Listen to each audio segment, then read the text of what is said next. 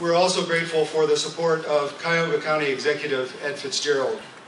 As many of you know, in his State of the County address last week, he listed out 12 strategies to reform county government and to improve the life of the Western Reserve. We are proud that Mr. Fitzgerald mentioned Global Cleveland by name in his plan, in his remarks, and that he serves on Global Cleveland's board. Thank you, Mr. Fitzgerald, and I'd like to ask everyone here to join me in welcoming Ed Fitzgerald, the first county executive, to say a few words.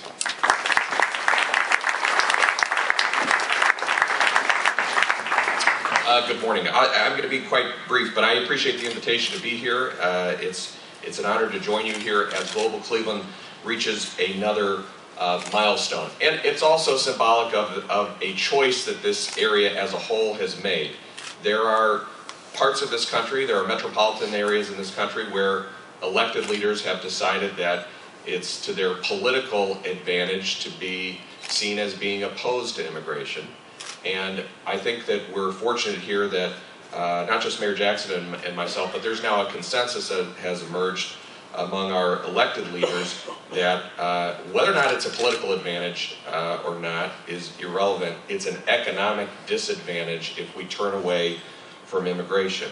We know that other areas that have made immigration a central part of their economic strategy have seen success. So for instance, the SBA estimates that approximately 1/3 of new businesses that are started in New York State are started by individuals that are new to the country. We also know that locally, immigration is a workforce development issue, and as the county develops its economic development strategy, we have to have a coherent and cohesive workforce development strategy.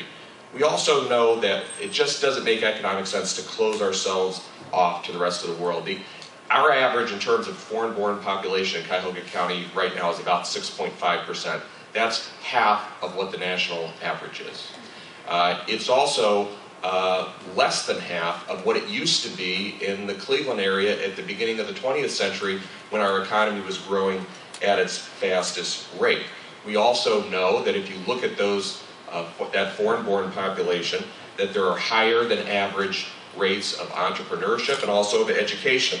About those 12 or 13% across the country of foreign-born residents represent about 50% of PhD holders in the sciences. And we just can't afford, as we come out of a recession and are starting to show some signs of life here, we just can't afford to turn away from that part of both our legacy and both what the future is. So I'm very happy to be here along with Mayor Jackson to congratulate Global Cleveland, work with you on this, and celebrate this important milestone, not just for this organization, but for our global strategy as a whole. Thank you very much.